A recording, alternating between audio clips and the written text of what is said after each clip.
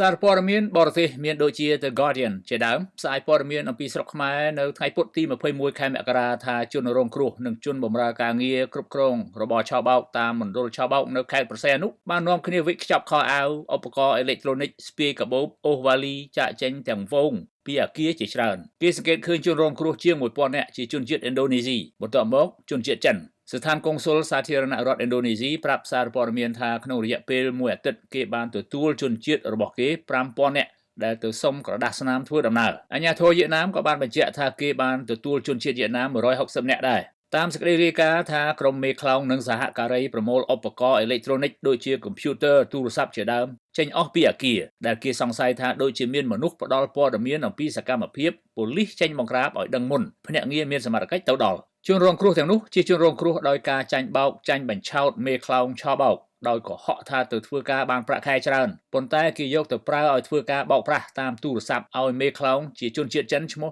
Chenji នៃក្រុមហ៊ុនខ្លែងបន្លំយីហោ Prince Group ក្រុមហ៊ុនឆោបោកចេញពីស្រុកខ្មែរបានប្រមូលយកប្រាក់ពីពលរដ្ឋអាមេរិកដល់ទៅជាង $10,000 លានសហរដ្ឋអាមេរិកការិយាល័យគ្រប់គ្រងអចលនសម្បត្តិក្រៅប្រទេសនៃក្រសួងហិរញ្ញវត្ថុសហរដ្ឋអាមេរិកបានដាក់ទណ្ឌកម្មនិងផ្ដន្ទាទោសជនបរទេសរកស៊ីឆោបោកនៅស្រុកខ្មែរចំនួន 39 នាក់រីឯ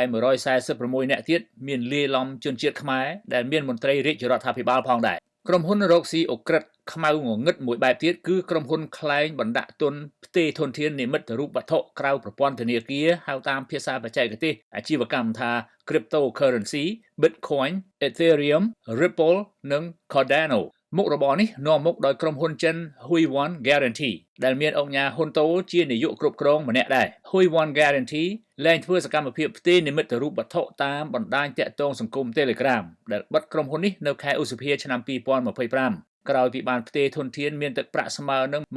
$27,000 លានសហរដ្ឋអាមេរិកក្រោយពីបិទសកម្មភាពក្រុមហ៊ុន Hui Yuan Guarantee ក្រុមហ៊ុនមួយទៀតចេញមករកស៊ីដូចគ្នាឈ្មោះថាក្រុមហ៊ុន Tudou Guarantee Tudou តាម website Security Affairs ប្រែថាដំឡូងជាភាសាចិនហើយក្រុមហ៊ុន Tudou Guarantee ប្រើបណ្ដាញតាក់ទងសង្គម Telegram ដដែលដើម្បីផ្ទេរនិមិត្តរូបវត្ថុមានទឹកប្រាក់ស្មើនឹង $12,000 លានសហរដ្ឋអាមេរិកដើម្បីបរិច្ចាគថវិកាសូមលោកអ្នកនាងចូលទៅកាន់ទំព័រ Facebook ឬបណ្ដាញសង្គមផ្លូវការរបស់សារព័ត៌មាន The Cambodia Daily រួចស្វែងរកលើតំណភ្ជាប់ឬ link រៃអង្គាសរបស់សារព័ត៌មាន The Cambodia Daily លើ GoFundMe បន្ទាប់មកសូមលោកអ្នកនាងចុចនៅលើប៊ូតុង Donate Now ហើយជ្រើសរើសចំនួនទឹកប្រាក់ដែលលោកអ្នកចង់បរិច្ចាគឬវាយបញ្ចូលដោយផ្ទាល់នៅចំនួនទឹកប្រាក់ទាំងអស់នោះ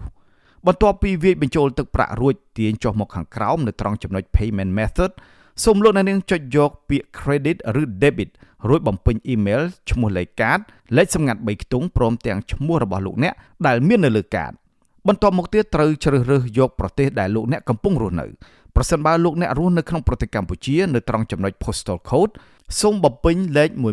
12000 បន្ទាប់ពីបញ្ចូលចំនួនទឹកប្រាក់និងព័ត៌មានរួចសូមលោកអ្នកនាងចុចនៅលើប៊ូតុង Donate Now ជាការស្រេចសូមអរគុណ